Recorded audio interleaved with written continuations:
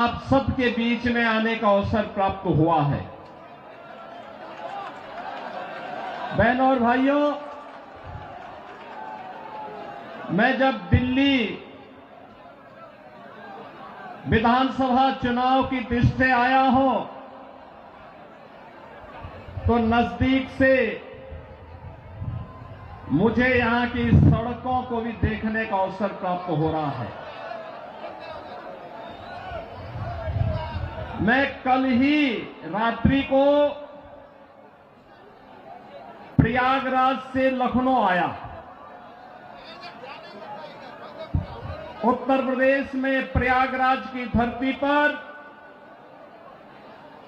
इस सदी का पहला महाकुंभ का आयोजन पूरी भव्यता के साथ हो रहा है। आप अनुमान करिए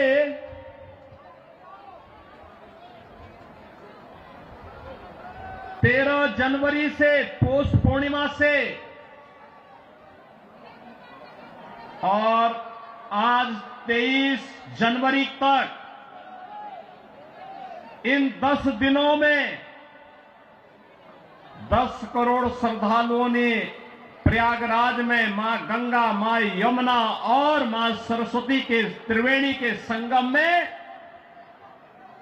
पावन स्नान करके पुण्य के भागीदार बने हैं। आप प्रयागराज में जाएंगे तो अच्छी शानदार सड़कें मिलेंगी, कहीं गंदगी नजर नहीं आएगा, बिजली पूरी मिलेगी, कनेक्टिविटी चाहे वह सड़क की हो, रेल की हो या फिर हवाई जहाज की, तीनों की बेहतरीन कनेक्टिविटी प्रयागराज के लिए उपलब्ध रहेगी। बहनों और भाइयों, एक और प्रयागराज मां गंगा के तट पर लगने वाला इस सदी का सबसे बड़ा महाकुंभ प्रधानमंत्री मोदी जी के विजन के अनुरूप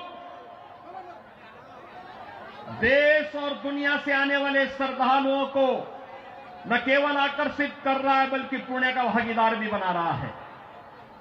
नमामि गंगे परियोजना के बाद मां गंगा की अविरल और निर्मल धारा का दर्शन देश और दुनिया कर रहा है, संगम में स्नान कर रहा है। कल आपने देखा होगा उत्तर प्रदेश सरकार के मेरे सभी मंत्रीगण 54 मंत्री मेरे साथ प्रयागराज के संगम में एक साथ डुबकी लगाए हैं, एक साथ डुबकी लगाए हैं,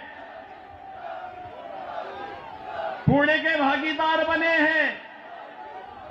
हम सब सौभाग्यशाली हैं कि देश और दुनिया से आने वाले श्रद्धालुओं की सेवा करने का इस महाकुंभ के बहाने हमें अवसर मिला और उत्तर प्रदेश को नजदीक से देखने का अवसर इन सभी पूज्य संतों को, श्रद्धालुओं को प्राप्त हो रहा है। बहनों और भाइयों, अगर एक मुख्यमंत्री के रूप में मैं और मेरे मंत्रीगण प्रयागराज के संगम में स्नान कर सकते हैं तो मैं पूछना चाहता हूं, दिल्ली में आम आदमी पार्टी के अध्यक्ष से अरविंद केजरीवाल जी से मैं पूछना चाहता हूं, क्या यमुना जी में वह भी अपने मंत्रियों के साथ जाकर के स्नान कर सकते हैं क्या?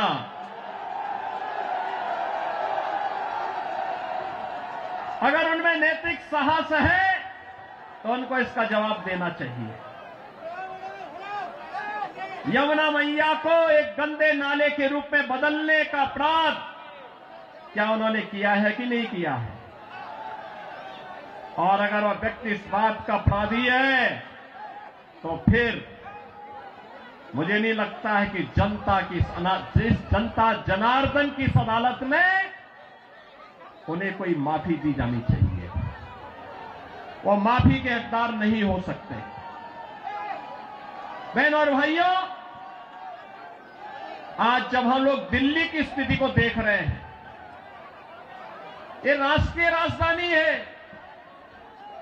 और राष्ट्रीय राजधानी में एनडीएमसी के क्षेत्र को छोड़ दें। शेष दिल्ली में क्या स्थिति है सड़कों की, शेष दिल्ली में क्या स्थिति है सीवर की, शेष दिल्ली में क्या स्थिति है स्वच्छता की, और क्या स्थिति है पेयजल की। ये बुनियादी सुविधाएं होती हैं, ये बुनियादी सुविधाएं होती हैं। हर नागरिक का अधिकार होता है इन सभी सुविधाओं पर। याद करिए, आज से एक दशक पहले तक लोग याद करते थे, सुविधा प्राप्त करने के लिए दिल्ली आने की बात करते थे, सुविधाओं के लिए दिल्ली आते थे। अच्छी सड़क देखनी हो, मॉडल देखना हो, मेट्रो का मॉडल जो सरदार अटल बिहारी वाजपेयी जी ने प्रारंभ किया था, उसे देखने के लिए पूरा देश दिल्ली आता था। सड़कों की बात होती थी, दिल्ली आता था। स्वच्छता की बात होती थी, दिल्ली आता था। कोई नया कार्य होता था, उसको देखने के लिए लोग दिल्ली आते थे। लेकिन बहनों और भाइयों, आज क्या स्थिति है, क्या बना दिया है? सड़क पे गड्ढा है या गड्ढे में सड़क है, कोई पता ही नहीं लग रहा है। मैं जब से चल रहा हूं यही दिल्ली के अंदर देख रहा हूं। बहनों और भाइयों, ये हमने खिलवाड़ करने की छूट एक व्यक्ति को और उनके गिरोह को क्यों दे दी है? स्वच्छता की स्थिति कितनी दुर्गतिपूर्ण है। कूड़ा का ढेर पड़ा हुआ है, गंदगी का ढेर पड़ा हुआ है। दिल्ली राष्ट्रीय राजधानी के अंदर इस प्रकार की दुर्गति हो, सीवर बह रहा सड़कों पर, हमारे वाहनों को भी उसी सीवर के बहते हुए सीवर से गुजरना पड़ा। और अभी तो पेयजल का भीषण संकट आने वाला है।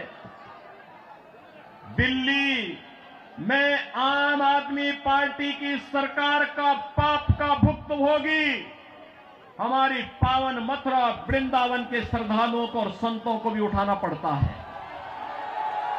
वहां मां गंगा एक गंदे नाले में बदल करके जाती है। जब भी नमामि गंगे परियोजना के अंतर्गत मां यमुना की शुद्धता की बात आई, स्वच्छता की बात आई, तो अरविंद केजरीवाल एंड कंपनी ने कोई सहयोग नहीं किया। ये सहयोग नहीं करना चाहते, कोई विकास का कार्य नहीं करना चाहते, किसी विकास की परियोजना का मौके पे जाकर के भौतिक सत्यापन नहीं करना चाहते,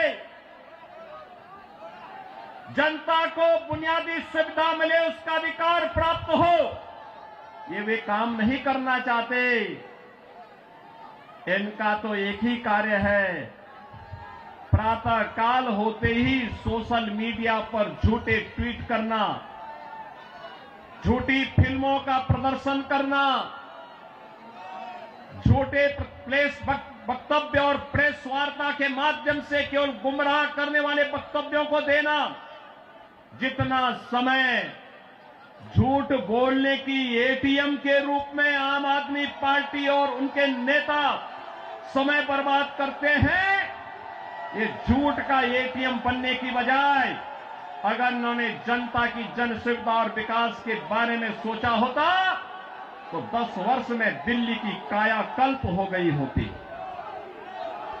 दिल्ली बदल गई होती।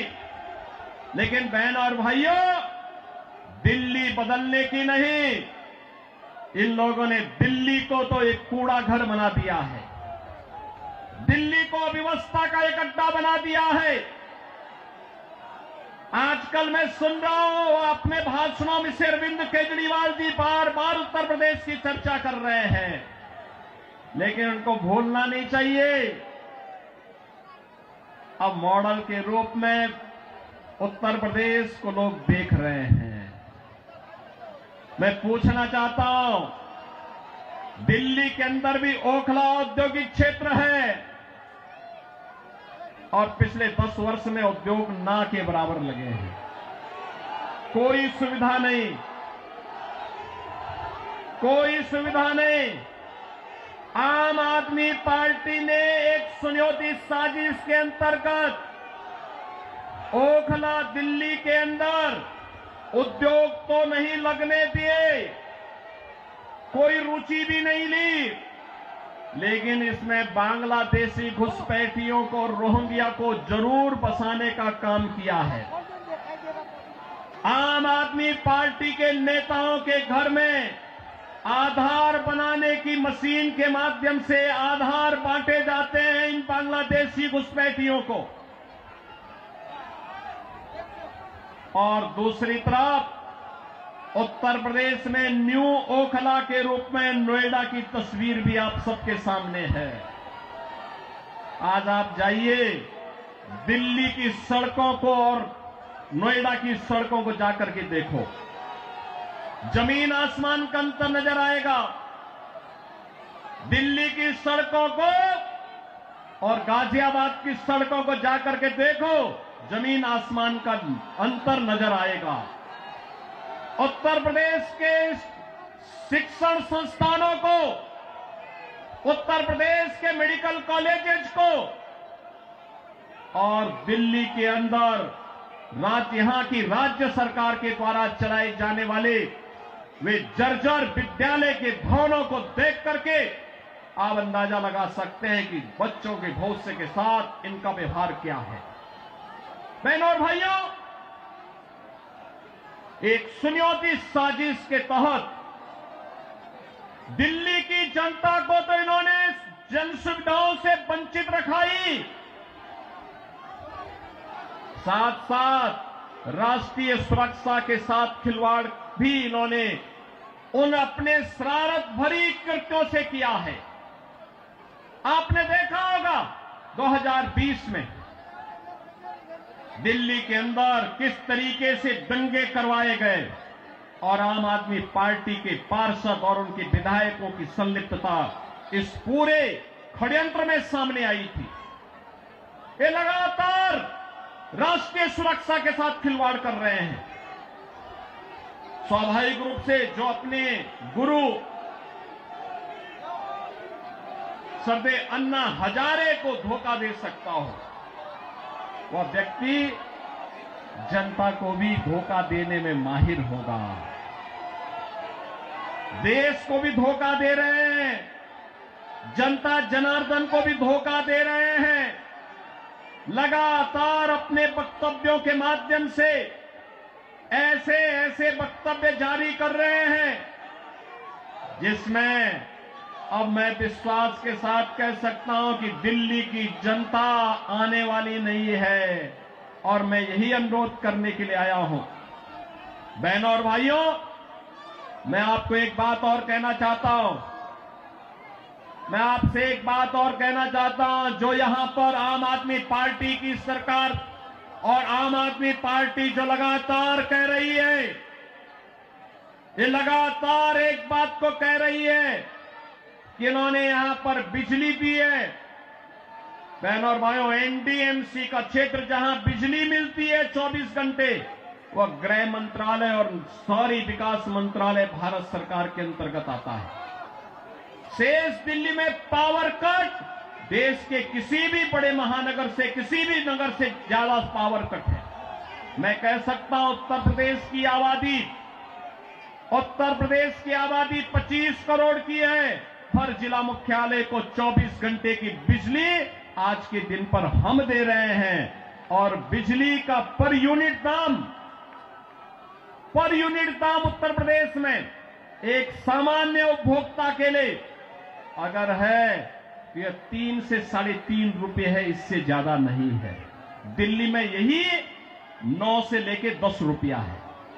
यानी उत्तर प्रदेश से 3 गुना पैसा लेते हैं, लेकिन 24 घंटे बिजली यहां पर नहीं दे पा रहे हैं। बहनों और भाइयों, मैं केवल आपसे एक बात कहना चाहता हूं।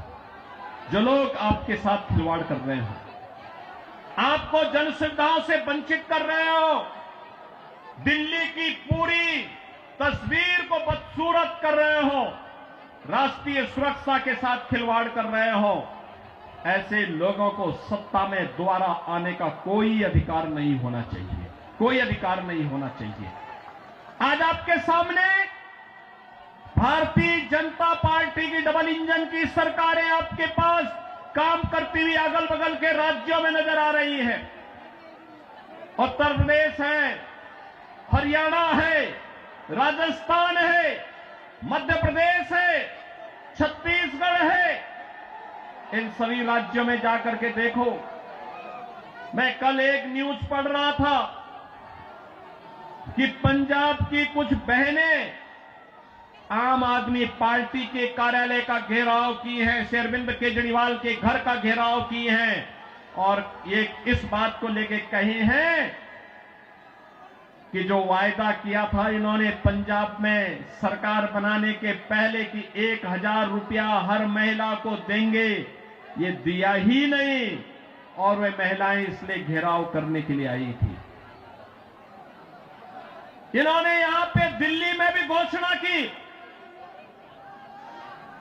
कि मुल्ला और मौलवी को यहां पर पहले से ही ये लोग वेतन देते थे। आज दिल्ली की आर्थिक स्थिति इतनी बदहाल कर चुके हैं कि उनको भी कई महीनों का नहीं मिला और जब वहां से हो हल्ला शुरू हुआ तो इन्होंने उसको डाइल्यूट करने के लिए कहा कि हम पुजारियों को भी देंगे। बहनों और भाइयों, मैं पूछना चाहता हूं अरविंद केजरीवाल जी से और उनकी पूरी टीम से, क्या किसी मंदिर के सुंदरीकरण की कार्य योजना को उन्होंने कभी आगे बढ़ाया? कभी बढ़ाया? मॉडल देखना हो तो आइए काशी में काशी विश्वनाथ धाम को देखिए। मॉडल देखना हो अयोध्या में श्री राम जन्मभूमि पर भगवान राम के भव्य मंदिर के मॉडल को देखो। मॉडल देखना हो तो प्रयागराज में आइए। प्रयागराज में महाकुंभ के आयोजन स्थल को देखो। आस्था का सम्मान ऐसे होता है। 1000 से अधिक ऐसे विरासत से जुड़े हुए धार्मिक और आध्यात्मिक स्थलों के पुनरुद्धार और सुंदरीकरण का कार्य के लिए उत्तर प्रदेश के अंदर चल रहा है या पूरा हो चुका है। बहनों और भाइयों, यहां पर आम आदमी पार्टी आपकी भावनाओं के साथ खिलवाड़ कर रही है, लेकिन वे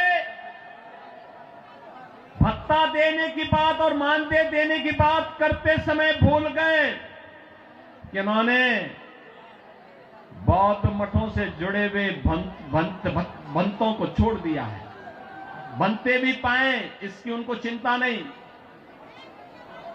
भगवान वाल्मीकि के समय से वाल्मीकि समुदाय से जुड़े हुए तमाम हमारे संत वाल्मीकि मंदिरों में पूजा अर्चना करते हैं, उनको उन्होंने भुला दिया, उनके एजेंडे में कहीं नहीं।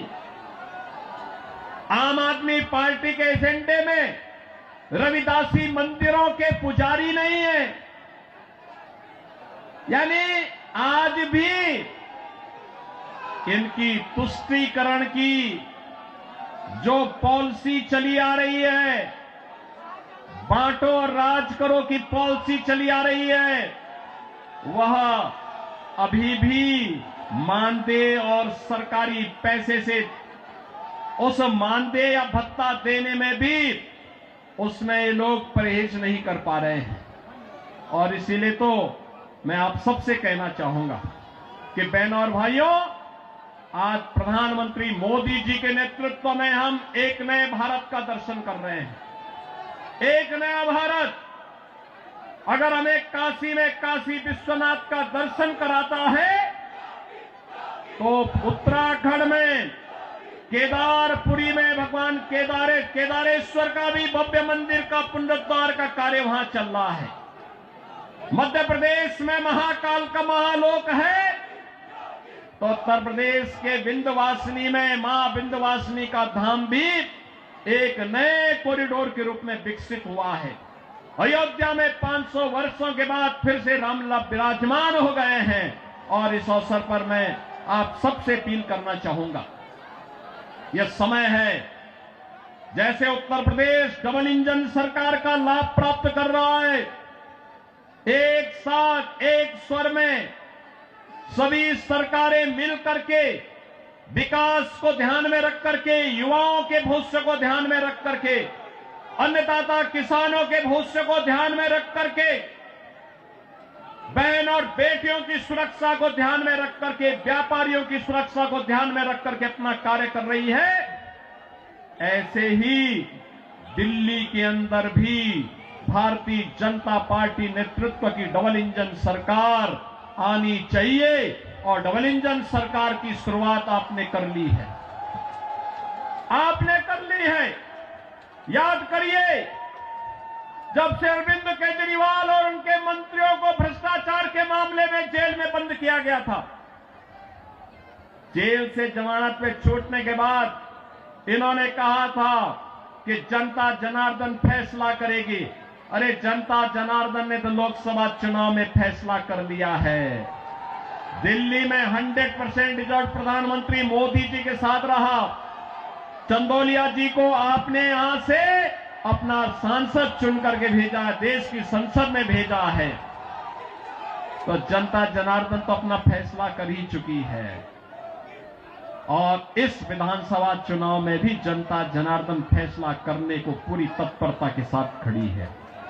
और इसी में मैं आपसे अपील करने के लिए आया हूं कि बहनों और भाइयों, इस किराड़ी विधानसभा क्षेत्र से भारतीय जनता पार्टी ने अपने कर्मठ कार्यकर्ता को, जिनका एक ही ध्येय है और वह है कि इस किराड़ी विधानसभा क्षेत्र को एक विकसित विधानसभा क्षेत्र के रूप में विकसित करना, यहां के लोकप्रिय सांसद श्री चंदौलिया जी के साथ मिलकर के अच्छी सड़कें देना,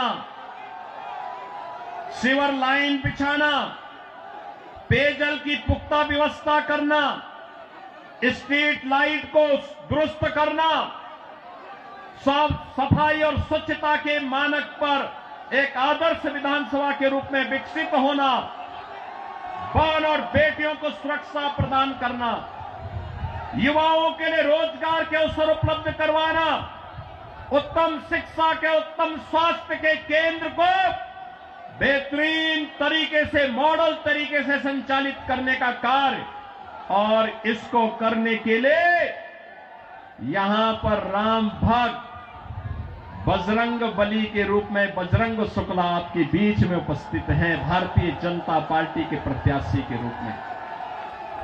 मेरी आप सबसे अपील है कि डबल इंजन सरकार से ही दिल्ली की कायाकल्प होगी और डबल इंजन सरकार के प्रतिनिधि के रूप में बजरंग शुक्ला को दिल्ली विधानसभा में चुन करके भेजें। आप सब भेजेंगे? भेजेंगे? जनता जनार्दन का आशीर्वाद इस बजरंग शुक्ला को प्राप्त होगा? दोनों हाथ उठा करके अपना आशीर्वाद दे करके बोलिए। जहां तक मेरी आवाज जा रही है, ये घरों के ऊपर भी लोग बैठे हुए हैं, सभी से मेरी अपील है, जहां तक मेरी आवाज जा रही है, घर के ऊपर हो, सड़क हो, अगल बगल हो, जहां तक मेरी आवाज जा रही है, बजरंग शुक्ला को आप आशीर्वाद देंगे? दिल्ली के कूड़े से निजात पाएंगे? ये झूठ बोलने की एटीएम मशीन से मुक्ति पाएंगे? यमुना मैया की शुद्धि के अभियान में सहभागी बनेंगे? तो मेरे साथ बोलेंगे जय श्री राम, जय जय श्री राम। बहनों और भाइयों, मैं जब दिल्ली विधानसभा चुनाव की दृष्टि से आया हूं तो नजदीक से मुझे यहां की सड़कों को भी देखने का अवसर प्राप्त हो रहा है। मैं कल ही रात्रि को प्रयागराज से लखनऊ आया। उत्तर प्रदेश में प्रयागराज की धरती पर इस सदी का पहला महाकुंभ का आयोजन पूरी भव्यता के साथ हो रहा है। आप अनुमान करिए